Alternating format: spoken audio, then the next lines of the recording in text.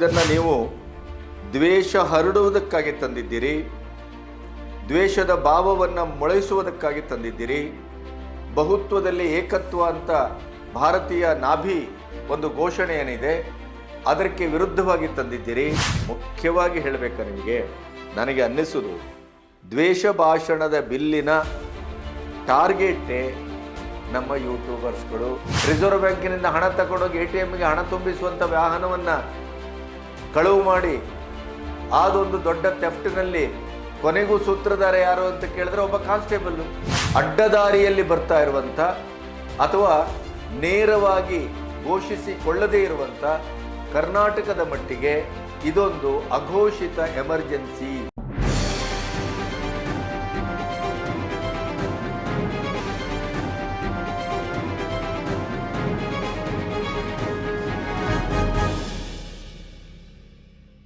ನಮಸ್ತೆ, B Ganapati news ಚಾನಲ್ಗೆ ಸ್ವಾಗತ.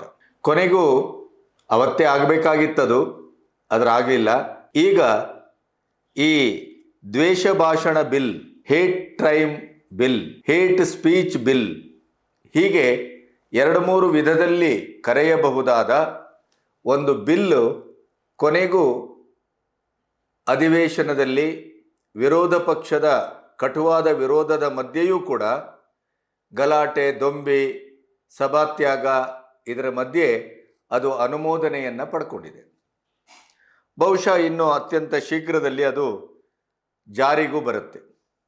ದ್ವೇಷ ಭಾಷಣ ಬಿಲ್ಲಿನ ಪ್ರಕಾರ ಮಾನಸಿಕವಾಗಿ ಜಾತಿ, ಧರ್ಮ, ಪೂಜಾ ಸ್ಥಳ, ಸೆಕ್ಸು, ಜೆಂಡರ್, ಹುಟ್ಟಿದ ಸ್ಥಳ, ಭಾಷೆ, ಟ್ರೈಬು, ಅಂಗವೈಕಲ್ಯ ಈ ರೀತಿಯ ನೆಲೆಗಳಲ್ಲಿ ಮಾತಾಡುವ ಮೂಲಕ ಅದಕ್ಕೆ ಸಂಬಂಧಿಸಿದವರ ಮನಸ್ಸಿಗೆ, ಸಮುದಾಯಕ್ಕೆ ನೋವಾಗುವಂಥ ಮತ್ತು ಆ ಸಮುದಾಯದ ವಿರುದ್ಧ ದ್ವೇಷ ಹುಟ್ಟುವ ರೀತಿಯಲ್ಲಿ, ಆ ದ್ವೇಷದ ಪರಿಣಾಮವಾಗಿ ಸಮಾಜದಲ್ಲಿ ಒಂದು ಕೋಲಾಹಲವೋ, ಕ್ರೈಮೋ ಅಥವಾ ಜಗಳವೋ, ದೊಂಬಿಯೋ, ಇನ್ನೊಂದೋ ಮಗದೊಂದೋ ಸೃಷ್ಟಿಯಾಗುವಂಥ ಹಿನ್ನೆಲೆಯ ಯಾವುದೇ ಘಟನೆಯಲ್ಲಿ ಭಾಗಿಯಾದವರು ಈ ಬಿಲ್ಲಿನ ಅಡಿಯಲ್ಲಿ 7 ವರ್ಷ ಜೈಲು ಶಿಕ್ಷೆ, ಆರಂಭದಲ್ಲಿ 50,000 ದಂಡ, ಅದೇ ತಪ್ಪನ್ನು ರಿಪೀಟ್ ಮಾಡ್ತಾ ಹೋದರೆ 1 ಲಕ್ಷ ದಂಡ, ಹೀಗೆ ಅದರ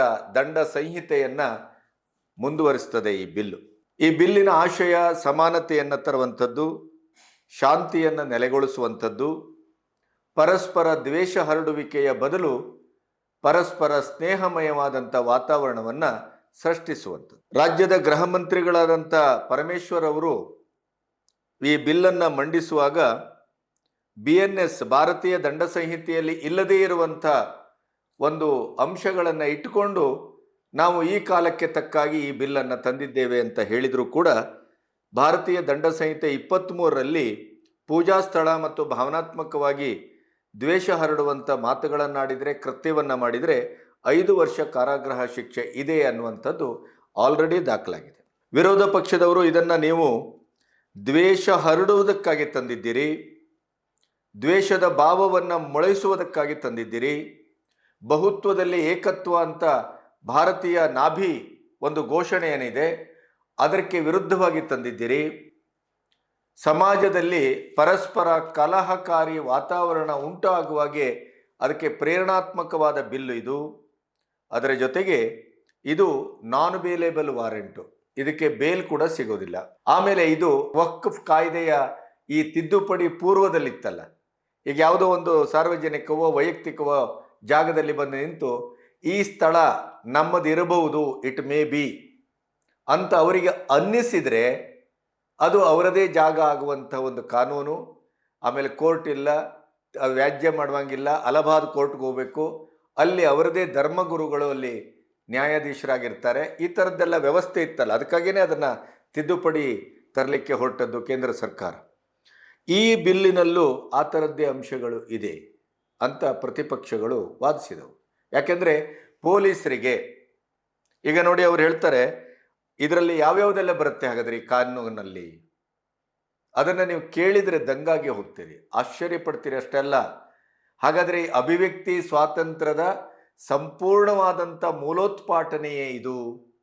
ಸಂವಿಧಾನದ 19A ನಮಗೇನು ಅಭಿವ್ಯಕ್ತಿ ಸ್ವಾತಂತ್ರ್ಯದ ಹಕ್ಕನ್ನು ಕೊಟ್ಟಿದೆ, ಧಾರ್ಮಿಕ ಸ್ವಾತಂತ್ರ್ಯದ ಹಕ್ಕು ಸಂವಿಧಾನಾತ್ಮಕವಾಗಿ ನಮಗೇನಿದೆ, ನಾವು ಇದ್ರ ಬಗ್ಗೆ ಈಗ ಅದನ್ನು ಉಪಯೋಗಿಸ್ಕೊಳ್ಳುವ ಹಾಗೆ ಇಲ್ಲ. ಹಾಗಾದರೆ ಈ ಬಿಲ್ಲು ಎಷ್ಟು ಭಯಾನಕವಾಗಿದೆ. ಸಂವಾದ, ಚರ್ಚೆ, ಅಭಿವ್ಯಕ್ತಿ, ಪಾರಸ್ಪರಿಕವಾದಂಥ ಒಂದು ಚರ್ಚೆಯ ಮೂಲಕ ಒಂದು ಹೊಸತನ್ನು ಹುಟ್ಟುಹಾಕುವ ಈ ಭಾರತೀಯ ಸಂಸ್ಕೃತಿಯ ಮೂಲ ಧಾತು ಅಂತೇನಿದೆ, ನಮ್ಮ ಸನಾತನ ಧರ್ಮದ ಧಾತು ಅದು.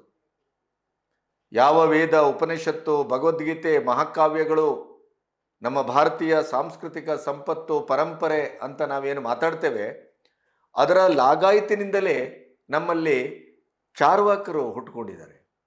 ನಮ್ಮಲ್ಲಿ ಚರ್ಚೆ, ಸಂವಾದ ಅದು ಸಂಪೂರ್ಣವಾಗಿ ಗ್ರಾಹ್ಯ. ನಮಗೆ ಅದು ವಿರೋಧ ಅಲ್ಲ, ನಿಷೇಧ ಅಲ್ಲ. ಆದರೆ ಅದೇ ನೀವು ಬೇರೆಯ ಮತಗಳ ಬಗ್ಗೆ ಬಂದಾಗ ಅಲ್ಲಿ ಚರ್ಚೆ, ಸಂವಾದ ಅಥವಾ ಒಂದು ಹೊಸ ರೀತಿಯ ಹುಡುಕಾಟ ಇವು ಯಾವುದೂ ಕೂಡ ಅಲ್ಲಿ ಗ್ರಹಿತವೂ ಅಲ್ಲ, ಗ್ರಾಹ್ಯವೂ ಅಲ್ಲ. ಅದು ನಿಷೇಧ. ಅಲ್ಲಿ ನೀವು ಮತ ಪ್ರವರ್ತಕರ ಬಗ್ಗೆ ಮಾತಾಡುವಾಗಿಲ್ಲ. ನೀವು ಬೈಬಲ್ ಬಗ್ಗೆ ಅಥವಾ ಕುರಾನ್ ಬಗ್ಗೆ ನಾವಿವತ್ತು ಸಂವಾದವನ್ನು, ಚರ್ಚೆಯನ್ನು ಅಥವಾ ಅಲ್ಲಿ ಇರುವಂಥ ಕಾಲಾಂತರದ ವ್ಯತ್ಯಾಸಗಳನ್ನು ಮಾತಾಡುವಾಗಿಲ್ಲ. ಯಾಕೆಂತಂದ್ರೆ ಅದು ಅಪರಾಧ. ಅವರು ಪತ್ವ ಹೊಡಿಸ್ತಾರೆ ಅಥವಾ ಅದು ಬಹಳ ದೊಡ್ಡ ದೊಂಬಿಗೆ ಕಾರಣ ಆಗುತ್ತೆ. ಇಂಥದ್ದು ಭಾರತೀಯ ಸಂಸ್ಕೃತಿಯಲ್ಲಿಲ್ಲ, ಹಿಂದೂ ಸಂಸ್ಕೃತಿಯಲ್ಲಿಲ್ಲ. ಈ ದ್ವೇಷ ಭಾಷಣದ ಬಿಲ್ಲು ಏಕಮುಖವಾಗಿದೆಯೇ ಅಥವಾ ಸರ್ವಸಮ್ಮತ ಮತ್ತು ಸರ್ವಾಂಗ ಸುಂದರ ಅನ್ನುವ ರೀತಿಯಲ್ಲಿ ಅದು ಹಿಂದೂ, ಮುಸ್ಲಿಂ, ಕ್ರಿಶ್ಚಿಯನ್ ಎಲ್ಲಿಯೇ ಇಂಥ ಘಟನೆ ನಡೆದರೂ ಅದು ಅನ್ವಯ ಆಗತ್ತೆಯೇ ಅನ್ನುವ ಒಂದು ದುಗುಡ ಪ್ರಶ್ನೆ ನಮ್ಮನ್ನು ಬಲವಾಗಿ ಕಾಡ್ತಾ ಇದೆ. ಹಾಗಾದರೆ ಈ ಬಿಲ್ಲಿನ ಪರಿಣಾಮ ಏನಾಗ್ಬೋದು, ಸಾಧಕ ಬಾಧಕ ಏನಾಗ್ಬೋದು, ಈ ಬಿಲ್ಲು ಏನನ್ನೆಲ್ಲ ಹೇಳುತ್ತೆ, ಈ ಬಿಲ್ಲಿನ ಪರಿಣಾಮ ಎಷ್ಟು ಘೋರವಾಗಿದೆ, ಇವೆಲ್ಲವನ್ನು ನಿಮ್ಮೊಟ್ಟಿಗೆ ಚರ್ಚೆ ಮಾಡಬೇಕು. ಇಲ್ಲಿಯವರೆಗೆ ನನ್ನ ಚಾನಲನ್ನು ಸಬ್ಸ್ಕ್ರೈಬ್ ಮಾಡದೇ ಇದ್ದರೆ ಸಬ್ಸ್ಕ್ರೈಬ್ ಮಾಡಿ, ಅದರ ಜೊತೆಗೆ ನನ್ನ ಸ್ವತಂತ್ರ ಪತ್ರಿಕೋದ್ಯಮಕ್ಕೆ ಬೆಂಗಾವಲಾಗಿ ಮತ್ತು ನನ್ನೊಟ್ಟಿಗೆ ನಿಲ್ಲಿ. ಈ ಬಿಲ್ಲಿನಲ್ಲಿ ಅಡಕವಾಗಿರುವಂಥ ಅಂಶಗಳನ್ನು ಹೇಳಿದರೆ, ನೀವು ಕೇಳಿದರೆ ನಿಜಕ್ಕೂ ನೀವು ದಂಗಾಗ್ತೀರಿ. ನೋಡಿ, ಈ ದ್ವೇಷ ಭಾಷಣದ ಬಿಲ್ಲು ಯಾವ ಸಬ್ಜೆಕ್ಟ್ಗಳನ್ನೆಲ್ಲ ಅಳವಡಿಸ್ಕೊಂಡಿದೆ. ಒಂದು ಬುಕ್ಸು, ಪುಸ್ತಕ.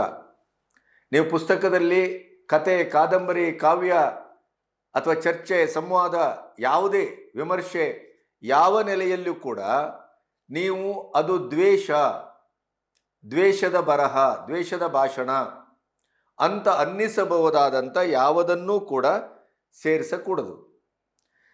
ಪಾಂಪ್ಲೆಟ್, ಕರಪತ್ರ, ಡ್ರಾಯಿಂಗು, ಚಿತ್ರಗಳು, ನೀವಿನ ಕಾರ್ಟೂನ್ನು ಕೂಡ ವ್ಯಂಗ್ಯವಾದಂಥ ಒಂದು ಅಭಿವ್ಯಕ್ತಿಗೆ, ಕಾರ್ಟೂನ್ಗೆ ಈ ದೇಶದ ಪತ್ರಿಕಾ ಸ್ವಾತಂತ್ರ್ಯ, ಅಭಿವ್ಯಕ್ತಿ ಸ್ವಾತಂತ್ರ್ಯದಲ್ಲಿ ಒಂದು ಮೇಲ್ಪದರಿನ ಬಹಳ ದೊಡ್ಡ ಜಾಗ ಇತ್ತು.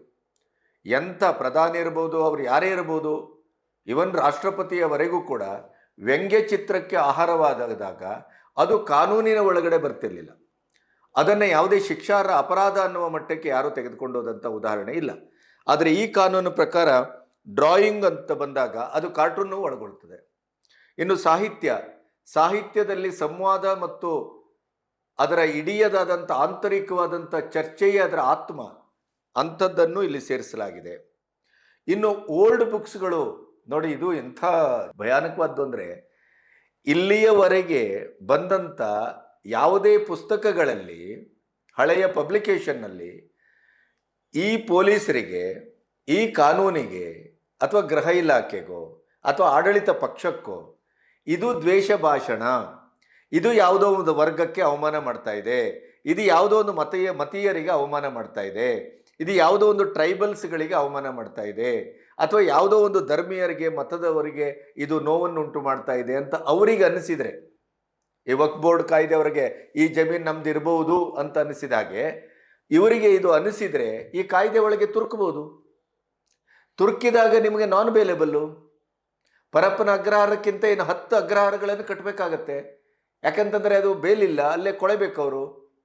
ನಿಮಗೆ ಅನ್ನಿಸಿದವರನ್ನೆಲ್ಲ ನೇರವಾಗಿ ಹೇಳಬೇಕು ಅಂದರೆ ಇದು ಆಡಳಿತ ಪಕ್ಷದ ಮುಖವಾಣಿ ಆಗುವ ಮತ್ತು ಅವರಿಗೆ ಯಾವುದೆಲ್ಲ ವಿರೋಧ ಅಂತ ಅನಿಸ್ತದೋ ಅವರೆಲ್ಲರನ್ನೂ ಒಳಗೊಳಿಸಿಕೊಳ್ಳುವಂಥ ಒಂದು ಸಾಧ್ಯತೆ ಇಲ್ಲಿ ಕಾಣ್ತಾ ಇದೆ. ಆಮೇಲೆ ಸಂಘ ಸಂಸ್ಥೆ ಅದರ ಮುಖ್ಯಸ್ಥರು ಏನಾದರೂ ಮಾತಾಡಿದರೆ ಆ ಸಂಘದ ಮೇಲೂ ಮತ್ತು ಆ ಮುಖ್ಯಸ್ಥರ ಮೇಲೂ ಏಕಕಾಲದಲ್ಲಿ ಈ ಕಾನೂನನ್ನು ಅವರು ಬಳಸ್ಬೋದು. ಇವೆಲ್ಲದಕ್ಕಿಂತ ಮುಖ್ಯವಾಗಿ ನೀವು ನೋಡಿ, ಇಲ್ಲಿದ್ದಂಥದ್ದು ಎಲ್ಲವೂ ಅಭಿವ್ಯಕ್ತಿ ಸ್ವಾತಂತ್ರ್ಯದ ಮಜಲುಗಳು, ಅಭಿವ್ಯಕ್ತಿ ಸ್ವಾತಂತ್ರ್ಯದ ನೆಲೆಗಳು, ಮತ್ತೆ ಭಾರತೀಯ ಸಂಸ್ಕೃತಿಯಲ್ಲಿ ಇರಬಹುದಾದಂಥ ಅಭಿವ್ಯಕ್ತಿಯ ಶ್ರೇಷ್ಠತೆಯ ನೆಲೆಗಳು. ಅದನ್ನೇ ಇಲ್ಲಿ ಕಾನೂನಿಗೆ ಒಳಪಡಿಸಲಾಗಿದೆ. ಆಮೇಲೆ ಎಲೆಕ್ಟ್ರಾನಿಕ್ ಮೀಡಿಯಾ, ಮುಖ್ಯವಾಗಿ ಹೇಳಬೇಕಾ ನಿಮಗೆ, ನನಗೆ ಅನ್ನಿಸುವುದು ದ್ವೇಷ ಭಾಷಣದ ಬಿಲ್ಲಿನ ಟಾರ್ಗೆಟೇ ನಮ್ಮ ಯೂಟ್ಯೂಬರ್ಸ್ಗಳು ಅಥವಾ ಸೋಷಲ್ ಮೀಡಿಯಾಗಳು, ಸಾಮಾಜಿಕ ಜಾಲತಾಣಗಳು. ಪತ್ರಿಕೆ ಬರುತ್ತೆ, ಇದರಲ್ಲಿ ಟಿ ವಿಯೂ ಬರುತ್ತೆ, ಎಲ್ಲವೂ ಬರುತ್ತೆ. ಆದರೆ ಪತ್ರಿಕೆ ಮತ್ತು ಟಿ ವಿಯ ಮೇಲೆ ಕ್ರಮ ಕೈಗೊಳ್ಳುವುದಕ್ಕಿಂತ ಮುಖ್ಯವಾಗಿ ಈ ಸಮೂಹ ಮಾಧ್ಯಮಗಳು ಅಥವಾ ನಮ್ಮ ಸೋಷಲ್ ಮೀಡಿಯಾಗಳು ಅಂತೇನಿದೆ, ಸಾಮಾಜಿಕ ಜಾಲತಾಣಗಳು, ಇದು ವ್ಯಕ್ತಿಗತವಾಗಿದೆ. ಬಹುತೇಕವಾಗಿ ಇದು ಸಂಸ್ಥೆ ಅಥವಾ ಯಾವುದೋ ಒಂದು ವ್ಯವಸ್ಥೆ ಅದರ ಒಂದು ನಾಭಿಯಿಂದ ಹುಟ್ಟುಕೊಂಡು ಅದು ಒಂದು ಶಕ್ತಿಶಾಲಿಯಾದಂಥ ಹೋರಾಟಕ್ಕೆ ಮುಂದಾಗುವಂಥ ನೆಲೆಗಳನ್ನು ಹೊಂದಿಲ್ಲ. ಇಂಡಿಪೆಂಡೆಂಟ್ ಆಗಿದೆ, ಅದು ವ್ಯಕ್ತಿಗತವಾಗಿದೆ. ಆದರೆ ಇವತ್ತು ಸೋಷಲ್ ಮೀಡಿಯಾವೇ ಇಡೀ ಒಂದು ಅಭಿವ್ಯಕ್ತಿಯ ಸೆಂಟರ್ಗಳಾಗಿದ್ದಾವೆ. ಸೋಷಲ್ ಮೀಡಿಯಾವೇ ಇವತ್ತು ಒಂದು ಚರ್ಚೆ, ಸಂವಾದ, ಒಂದು ನರೇಟಿವನ್ನು ಸೃಷ್ಟಿ ಮಾಡುವಂಥ ಒಂದು ಬಲಶಾಲಿ ಮಾಧ್ಯಮ ಆಗಿದೆ. ಆ ಮಾಧ್ಯಮವನ್ನೇ, ಅದರ ಕತ್ತು ಹಿಸುಕುವ ಕೆಲಸವನ್ನೇ ಮುಖ್ಯವಾಗಿ ಮಾಡಲಿಕ್ಕೆ ಈ ದ್ವೇಷ ಭಾಷಣ ಬಿಲ್ಲು ಹೊರಟಿದೆಯೇ ಅನ್ನುವಂಥದ್ದು ಸಮಾನತೆಗಾಗಿ ಹೋರಾಟ, ಸಮಾನತೆಗಾಗಿ ಬಿಲ್ಲು, ಸಮಾನತೆಗಾಗಿ ಈ ಬಿಲ್ಲನ್ನು ನಾವು ತರುವ ತುರ್ತಿದೆ ಅಂತ ಗೃಹ ಮಂತ್ರಿಗಳು ಹೇಳಿದರೂ ಕೂಡ ನನಗೆ ಅನಿಸೋದು ಅವು ಈಗ ವ್ಯವಸ್ಥೆಯ ವಿರುದ್ಧ ಅನ್ನೋದಕ್ಕಿಂತ ಆಡಳಿತ ಪಕ್ಷದ ವಿರುದ್ಧ ಯಾರೆಲ್ಲ ಧ್ವನಿ ಎತ್ತುತ್ತಾರೋ, ಭ್ರಷ್ಟಾಚಾರದ ವಿರುದ್ಧ, ಈಗ ಲಕ್ಷ್ಮೀ ಹೆಬ್ಬಾಳ್ಕರ್ ಅವರು ವಿರುದ್ಧ ಈಗ ಒಂದು ದೊಡ್ಡ ಹಗರಣ ಎದ್ದಿದೆ. ತಪ್ಪು ಮಾಹಿತಿಯನ್ನು ನಾನು ಸದನಕ್ಕೆ ಕೊಟ್ಟಿದ್ದೇನೆ ಅನ್ನುವ ಕಾರಣಕ್ಕಾಗಿ ಕ್ಷಮೆ ಯಾಚಿಸಿದ್ದಾರೆ. ಆ ಹಗರಣ ಈಗ ಬಹಳ ದೊಡ್ಡದಾಗಿ ಸುದ್ದಿ ಮಾಡ್ತಾ ಇದೆ. ಅವರ ಬಹುಶಃ ರೆಸಿಗ್ನೇಷನ್ ಬಂದರೂ, ರಾಜೀನಾಮೆಯವರೆಗೆ ಅದು ಹೋದರೂ ಆಶ್ಚರ್ಯ ಇಲ್ಲ. ಈಗ ಅದನ್ನು ನಾವು ಬಹುಶಃ ಅಂಕಿಅಂಶ ಸಮೇತ ನಾವು ಬಯಲಿಗೆಳೆದ್ರು ಅಥವಾ ಅದನ್ನು ಅಭಿವ್ಯಕ್ತಿಗೊಡ್ಡಿದ್ರು, ಅದು ಹೆಣ್ಣು ಮಗಳ ಮೇಲೆ ಅಥವಾ ಒಂದು ಸ್ತ್ರೀಯ ಮೇಲಿನ ದಾಳಿ ಅಥವಾ ಅವರ ಮನಸ್ಸಿಗೆ ನೋವಾಗುವ ಲಿಂಗಭೇದ ಇಲ್ಲಿ ಉಂಟಲ್ಲ, ಅವ್ರದ್ದು ಜೆಂಡರ್ ಅಂತಿದೆ, ಸೆಕ್ಸ್ ಅಂತಿದೆ, ವರ್ಗ ಅಂತಿದೆ, ಜಾತಿ ಅಂತಿದೆ, ಧರ್ಮ ಅಂತಿದೆ, ಹುಟ್ಟಿದ ಸ್ಥಳ ಅಂತಿದೆ, ಭಾಷೆ ಅಂತಿದೆ, ಟ್ರೈಬ್ಸ್ ಅಂತಿದೆ, ಇವೆಲ್ಲವೂ ಇದೆ. ಇದನ್ನೆಲ್ಲ ಇಟ್ಕೊಂಡು ಇದನ್ನು ಎಳೆದು ತರಬಹುದು ಅಂತ ಆ ಥರದ ಸಾಧ್ಯತೆಗಳು ಇಲ್ಲಿ ಕಾಣ್ತಾ ಇದೆ. ಇನ್ನೇ ಯಾರನ್ನೂ ತುಷ್ಟೀಕರಣದ, ವೋಟ್ ಬ್ಯಾಂಕಿನ ರಾಜಕಾರಣದ ಮತ್ತು ಈಗ ಇಲ್ಲಿ ಇತ್ತೀಚಿನ ದಿನಗಳಲ್ಲಿ ಗಡಿಪಾರಾದವರ ಸಂಖ್ಯೆ ಯಾರ್ದು ಅಂತ ನೀವು ಗಮನಿಸಿ. ಹಿಂದೂ ಧರ್ಮದ ಮುಂಚೂಣಿಯಲ್ಲಿರುವಂಥ ಹಿಂದುತ್ವ ಸಂಘಟನೆಯ ಸಂಘಟಕರಾದಂಥ ವ್ಯಕ್ತಿಗಳೇ ಹೆಚ್ಚು ಗಡಿಪಾರಿಗೆ ಮುಂದಾಗ್ತಾ ಇದ್ದಾರೆ. ಬಹುಶಃ ಹಿಂದೂ ಒಂದು ಧರ್ಮ ಅಂತೇನಿದೆ, ಹಿಂದುತ್ವ ಅಂತೇನಿದೆ, ಸನಾತನ ಅಂತೇನಿದೆ, ಇದರ ಪ್ರತಿಪಾದಕರನ್ನ ಜೈಲಿಗೆ ಅಟ್ಟುವಂಥ ಸಾಧ್ಯತೆ ಇದರಲ್ಲಿ ಹೆಚ್ಚು ಕಾಣ್ತಾ ಇದೆ. ಹಾಗಾಗಿ ನನ್ನ ಪ್ರಶ್ನೆ ಇರುವುದು, ಈಗ ಭಗವಾನನ್ನ ಏನು ಮಾಡ್ತೀರಿ? ಭಗವಾನ್ ಇವತ್ತು ರಾಮನ ಬಗ್ಗೆ, ಕೃಷ್ಣನ ಬಗ್ಗೆ, ರಾಮಾಯಣದ ಬಗ್ಗೆ ಅವಾಚ್ಯವಾಗಿ ಮಾತಾಡ್ತಾರೆ. ನಮ್ಮ ಭಾವನೆಗೆ ಅದು ನೋವಾಗ್ತದೆ, ನಮ್ಮ ಧಾರ್ಮಿಕ ಪ್ರಜ್ಞೆಗೆ ಅದು ನೋವಾಗುತ್ತೆ. ಹಾಗಾಗಿ ಈ ದ್ವೇಷದ ಬಿಲ್ಲನ್ನು, ದ್ವೇಷ ಭಾಷಣದ ಬಿಲ್ಲನ್ನ ಪ್ರಕಾರ ನೀವು ಅವರ ಮೇಲೆ ಈ ಕೇಸ್ ಹಾಕ್ತೀರಾ, ಅವರನ್ನು ಜೈಲಿಗಟ್ತೀರಾ?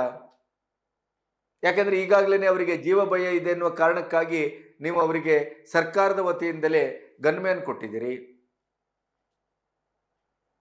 ಲವ್ ಜೆಹಾದಿಗಳಿಗೆ ಏನು ಮಾಡ್ತೀರಿ? ಜೆಹಾದ್ ಚಟುವಟಿಕೆಗಳ ಬಗ್ಗೆ ಏನು ಮಾಡ್ತೀರಿ?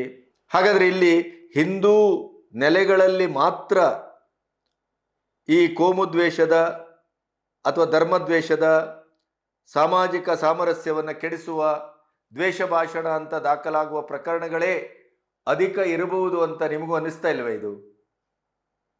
ನೀವಿದನ್ನು ಸರ್ವಸಮ್ಮತವಾಗಿ ಸಮಾಜದಲ್ಲಿ ಅವನು ಯಾವುದೇ ದೊಣ್ಣೆ ನಾಯಕ ಸಮಾಜವನ್ನು, ಸಂಸ್ಕೃತಿಯನ್ನು, ಸಮುದಾಯವನ್ನು ಕೆರಳಿಸುವ ಆ ಘಟನೆಗೆ ತುತ್ತಾಗುವಂಥ ರೀತಿಯಲ್ಲಿ ಮಾತಾಡಿದರೆ, ಬರೆದರೆ, ಅಭಿವ್ಯಕ್ತಿಸಿ ಪ್ರತಿಯೊಂದು ವ್ಯವಸ್ಥೆಯಲ್ಲೂ ಅವನೇನಾದರೂ ತೊಂದರೆಗಳನ್ನು ಮಾಡಿದರೆ ನೀವು ಎಲ್ಲರ ಮೇಲೂ ಸಮಾನವಾಗಿ ಈ ಕಾಯ್ದೆ ಅನ್ವಯ ಆಗತ್ತಾ ಅಂತ ಉದಾಹರಣೆ ಇದೆಯಾ? ಈ 2.5 ವರ್ಷದಲ್ಲಿ ನಾವು ಏನನ್ನ ಕಂಡಿದ್ದೇವೆ? ಹುಬ್ಬಳ್ಳಿ ಗಲಾಟೆ, KJ ಹಳ್ಳಿ ಮತ್ತು DJ ಹಳ್ಳಿ ಗಲಾಟೆ, ಶಿವಮೊಗ್ಗದ ಗಲಾಟೆ, ಯಾರು ಕತ್ತಿಯನ್ನು ಹಿಡ್ಕೊಂಡು ಸಮಾಜದಲ್ಲಿ ನಿರ್ಭೀತಿಯಿಂದ ಜಳಪಿಸಿದ್ರು, ಯಾರ ಮೇಲೆ ಕೇಸ್ ಹಾಕಲಾಗಿದೆ. ಎಲ್ಲೋ ಒಂದು ಕಡೆ ಇದು ಒಂದು ಟಾರ್ಗೆಟ್ ಓರಿಯೆಂಟೆಡ್ ಬಿಲ್ ಅಂತ ತುಂಬ ಜನರಿಗೆ ಅನಿಸಿದೆ. ಮತ್ತು ಪೊಲೀಸರಿಗಂತೂ ನಿಮ್ಗೆ ಗೊತ್ತಿದೆ, ಇತ್ತೀಚೆಗೆ ಎಂತೆಂಥ ಗಲಾಟೆಯಲ್ಲಿ, ಎಂತೆಂಥ ಒಂದು ವ್ಯವಹಾರದಲ್ಲಿ, ಅವ್ಯವಹಾರದಲ್ಲಿ, ಎಂತೆಂಥ ಮೋಸ ವಂಚನೆಯಲ್ಲಿ, ಡ್ರಗ್ ಮಾಫಿಯಾದಲ್ಲಿ ಪೊಲೀಸರ ಇನ್ವಾಲ್ವ್ಮೆಂಟ್ ಎಷ್ಟಿದೆ ಅನ್ನೋದನ್ನು ನಾವು ಕಣ್ಣಾರೆ ಕಂಡಿದ್ದೇವೆ. ರಿಸರ್ವ್ ಬ್ಯಾಂಕಿನಿಂದ ಹಣ ತಗೊಂಡೋಗಿ ATMಗೆ ಹಣ ತುಂಬಿಸುವಂಥ ವಾಹನವನ್ನು ಕಳುವು ಮಾಡಿ ಅದೊಂದು ದೊಡ್ಡ ಥೆಫ್ಟ್ನಲ್ಲಿ ಕೊನೆಗೂ ಸೂತ್ರಧಾರ ಯಾರು ಅಂತ ಕೇಳಿದ್ರೆ ಒಬ್ಬ ಕಾನ್ಸ್ಟೇಬಲ್ಲು. ಹಾಗಾದರೆ ಪೊಲೀಸ್ ಇಲಾಖೆಯಲ್ಲಿ ಎಂಥ ಭ್ರಷ್ಟಾಚಾರ ಇದೆ, ಸ್ವಜನ ಪಕ್ಷಪಾತ ಇದೆ, ದ್ವೇಷ ರಾಜಕಾರಣದ ಫಲವಾದಂಥ ದ್ವೇಷದ ಚಟುವಟಿಕೆಗಳು ನಡೀತವೆ. ಇದನ್ನು ಯಾರು ಹೇಳಲೇಬೇಕಾಗಿಲ್ಲ. ಇವರಿಗೆ ಪೊಲೀಸರಿಗೆ ಇದು 100% ಸ್ವಾತಂತ್ರ್ಯ. ಈಗ ಸದನದಲ್ಲಿ ಅಶೋಕ್ ಅವರು ಪ್ರಸ್ತಾಪ ಮಾಡಿದರು, ಹಿಂದೆ ನಾಟಕಗಳಲ್ಲಿ, ಸಿನಿಮಾಗಳಲ್ಲಿ, ಸಾಹಿತ್ಯದಲ್ಲಿ ಯಾವ್ಯಾವ ರೀತಿ ಒಂದು ಅಭಿವ್ಯಕ್ತಿ ಇತ್ತು. ಮಾಸ್ಟರ್ ಹಿರಣ್ಣಯ್ಯನವರ ನಾಟಕ ಸ್ವತಃ ಅವರು ದೇವರಾಜ ಅರಸುದು ಎದುರುಗಡೆ ಕೂತಾಗ್ಲೇ ದೇವರಾಜ ಅರಸು ಅವರನ್ನೇ ಕ್ರಿಟಿಸೈಸ್ ಮಾಡ್ತಾ ಇದ್ರು, ಕಟುವಾದ ಶಬ್ದಗಳಲ್ಲಿ, ವ್ಯಂಗ್ಯೋಕ್ತಿಗಳಲ್ಲಿ. ಇನ್ನು ಮುಂದೆ ಅದೆಲ್ಲ ನಿರೀಕ್ಷೆ ಮಾಡ್ಬೋದಾ ನಾವು? ಪ್ರಾಯಶಃ ನಮ್ಮ ಈ ಟಿಪ್ಪು ಸುಲ್ತಾನ್ ಅವರ ಇಡಿಯದಾದಂಥ ಇನ್ನೊಂದು ಮುಖವನ್ನು ಇಟ್ಟುಕೊಂಡು ನಾಟಕ ಮಾಡ್ತಾ ಇರುವಂಥ ವ್ಯಕ್ತಿಗಳನ್ನು ಕೂಡ, ಅಡ್ಡಂಡ ಅಥವಾ ಇನ್ನಿತರ ವ್ಯಕ್ತಿಗಳನ್ನು ಕೂಡ ತಕ್ಷಣ ಬಂಧಿಸುವಂಥ ಎಲ್ಲ ಸಾಧ್ಯತೆಗಳು ಕಾಡ್ತವೆ. ನಮ್ಮಂಥ ಯೂಟ್ಯೂಬರ್ಸ್ಗಳು ಕೂಡ ನಾವೇನಾದರೂ ಸತ್ಯದ ನೆಲೆಯಲ್ಲಿ, ಪರಾಮರ್ಶೆಯ ನೆಲೆಯಲ್ಲಿ ನಾವು ಮಾತಾಡಿದರೂ ಕೂಡ ನಮ್ಮನ್ನು ಈ ಕಾಯ್ದೆಗೆ ಒಳಪಡಿಸುವಂಥ ಸಾಧ್ಯತೆಗಳಿದೆ. ಹಾಗಾಗಿ ಈ ಕಾಯ್ದೆ ಒಂದು ಸಾರ್ವತ್ರಿಕವಾದಂಥ ಸಮಾನತೆಯನ್ನು ಮತ್ತು ಒಂದು ಸಮ್ಯಕ್ ಭಾವವನ್ನು ಹುಟ್ಟುಹಾಕುವಂಥ ನೆಲೆಯಲ್ಲಿ ಪ್ರಾಮಾಣಿಕವಾದಂಥ ಇರಾದೆಯನ್ನು ಹೊಂದಿದೆ ಅಂತ ನನಗೆ ಅನ್ನಿಸ್ತಾ ಇಲ್ಲ. ಇದು ಅಭಿವ್ಯಕ್ತಿಯ ಸ್ವಾತಂತ್ರ್ಯದ ಮೇಲಿನ ಘೋರ ಅಪಚಾರ ಅಂತ ಅನಿಸ್ತಾ ಇದೆ. ಅಭಿವ್ಯಕ್ತಿ ಸ್ವಾತಂತ್ರ್ಯದ ಸಂಪೂರ್ಣವಾದ ಕಿತ್ತುಕೊಳ್ಳುವಂಥ ಒಂದು ಬಿಲ್ ಅಂತ ಅನಿಸ್ತಾ ಇದೆ. ಇದು ಇನ್ನೊಂದು ಅಡ್ಡದಾರಿಯಲ್ಲಿ ಬರ್ತಾ ಇರುವಂಥ ಅಥವಾ ನೇರವಾಗಿ ಘೋಷಿಸಿಕೊಳ್ಳದೇ ಇರುವಂಥ ಕರ್ನಾಟಕದ ಮಟ್ಟಿಗೆ ಇದೊಂದು ಅಘೋಷಿತ ಎಮರ್ಜೆನ್ಸಿ ಅಂತಲೂ ಅನಿಸ್ತಾ ಇದೆ. ಇದನ್ನು ವಿರೋಧ ಪಕ್ಷದ ಬಹಳಷ್ಟು ಜನ ಅದನ್ನು ಅಭಿವ್ಯಕ್ತಿ ಮಾಡಿದ್ರಲ್ಲಿ ಸದನದಲ್ಲೇ ಅಶೋಕ್ ಅವರಿರ್ಬೋದು, ಮತ್ತಿತರ ಅವರು ಎಲ್ಲರೂ ಇದು ಒಂದು ದ್ವೇಷವನ್ನು ಸಾಧಿಸುವ ಬಿಲ್ಲು, ಆಡಳಿತ ಪಕ್ಷಕ್ಕೆ ವಿರೋಧವಾಗಿ ಮಾತಾಡುವ, ಅಭಿವ್ಯಕ್ತಿಸುವ, ಚರ್ಚಿಸುವ, ಬರೆಯುವ ಎಲ್ಲರನ್ನೂ ಕೂಡ ಟಾರ್ಗೆಟ್ ಮಾಡುವಂಥ ಒಂದು ಬಿಲ್ ಇದು. BNSL ಇದ್ದದ್ದನ್ನೇ, ಆದರೆ ಅದನ್ನು ಕರಾರುವಕ್ಕಾಗಿ ಅದಕ್ಕೆ ಬದಲಾವಣೆ ಅಂತಂದರೆ BNSL ಇಲ್ಲದೇ ಇದ್ದದ್ದನ್ನು ನಾವು ತರ್ತಾ ಇದ್ದೇವೆ ಅಂತ ಹೇಳ್ತಾ ಇದು ಏಕಮುಖವಾದಂಥ ಒಂದು ಕಾನೂನು. ಈ ಕಾನೂನಿನ ಪ್ರಯೋಗ ತೀರಾ ಭಯಾನಕವಾಗಿದೆ. ಅದರಲ್ಲೂ ಮಾಧ್ಯಮಗಳು, ಮಾಧ್ಯಮದ ಅಭಿವ್ಯಕ್ತಿ ಸ್ವಾತಂತ್ರ್ಯಗಳು, ಅದರ ಮೇಲೆ ನಡೆದಂಥ ಒಂದು ಹಲ್ಲೆ ಇದು ಆಗುವ ಎಲ್ಲ ಸಾಧ್ಯತೆಗಳನ್ನು ಅದು ಮೂಡಿಸ್ತಾ ಇದೆ ಅಂತ ಅನ್ನಿಸ್ತಾ ಇದೆ. ಹಾಗಾಗಿ ಈ ದ್ವೇಷ ಭಾಷಣ ಬಿಲ್, ಹೇಟ್ ಸ್ಪೀಚ್ ಬಿಲ್ ಇದು ಬಹಳ ದುರಂತದ ದಿನಗಳನ್ನು ಹಡೆಯಬಹುದೇನೋ ಅನ್ನುವಂಥ ಆತಂಕ, ಅದರ ಮಟ್ಟಿಗೆ ನನಗೆ ಇರುವಂಥ ಒಂದು ಅಭಿವ್ಯಕ್ತಿ ಸ್ವಾತಂತ್ರ್ಯದ ಮೇಲಿನ ಹರಣದ ಒಂದು ಭಯ ಇವೆಲ್ಲವನ್ನ ನಿಮ್ಮೊಟ್ಟಿಗೆ ಹಂಚಿಕೊಂಡಿದ್ದೇವೆ. ನಿಮ್ಮ ಅಭಿಪ್ರಾಯ ಏನು? ನಿಮ್ಮ ದೃಷ್ಟಿಯಲ್ಲಿ ಈ ಕಾನೂನು ತನ್ನ ಸ್ವೇಚ್ಛಾಚಾರವನ್ನು, ತನ್ನದೇ ಆದಂಥ ದಾರಿಯಲ್ಲಿ ತನಗೆ ಅಡ್ಡವಾಗಿ ಬರುವ, ತನ್ನ ಆಡಳಿತಕ್ಕೆ ಮುಳ್ಳಾಗುವ ಎಲ್ಲ ವ್ಯವಸ್ಥೆಯನ್ನು, ಅಭಿವ್ಯಕ್ತಿಯನ್ನು, ಸ್ವಾತಂತ್ರ್ಯವನ್ನು ಏಕಮುಖವಾಗಿ ಕಿತ್ತು ಜೈಲಿಗೆ ಅಟ್ಟುವಂಥ ಒಂದು ನೇರವಾದಂಥ ಕಾನೂನಿನ ನೆಲದಲ್ಲಿ, ಕಾನೂನಿನ ಮಿತಿಯಲ್ಲಿ ಇದು ಒಂದು ರೀತಿಯಲ್ಲಿ ತಮಗೆ ಬೇಕಾದಂಥವರನ್ನು ಶಿಕ್ಷಿಸುವುದಕ್ಕೆ ತಮ್ಮದೇ ಆದ ರೀತಿಯಲ್ಲಿ ಒಂದು ದಂಡವನ್ನು ಸೃಷ್ಟಿ ಮಾಡಿಕೊಂಡಿತ್ತೆ ಕರ್ನಾಟಕ ಸರ್ಕಾರ ಅನ್ನುವಂಥ ಒಂದು ಭಯ, ಆತಂಕ ಬಹುಶಃ ಮಾಧ್ಯಮಗಳಲ್ಲಿರುವವರಿಗೆ ಅದು ಹೆಚ್ಚು ಕಾಡುತ್ತೆ.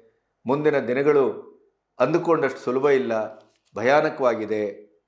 ದ್ವೇಷ ಕಾರಬೇಡಿ, ದ್ವೇಷಕಾರಿಯಾಗಿ ಮಾತಾಡಬೇಡಿ ಅಂತ ಹೇಳ್ತಾನೆ ಒಂದು ಪೊಲಿಟಿಕಲ್ ಅಜೆಂಡದ ದ್ವೇಷ ರಾಜಕಾರಣವನ್ನು ಇದು ಬಿತ್ತಲಿಕ್ಕೆ ಹೊರಟಿದೆಯೇನೋ ಅಂತ ಬಹಳ ದಟ್ಟವಾಗಿ ಅನಿಸ್ತಾ ಇದೆ. ನಮಸ್ತೆ.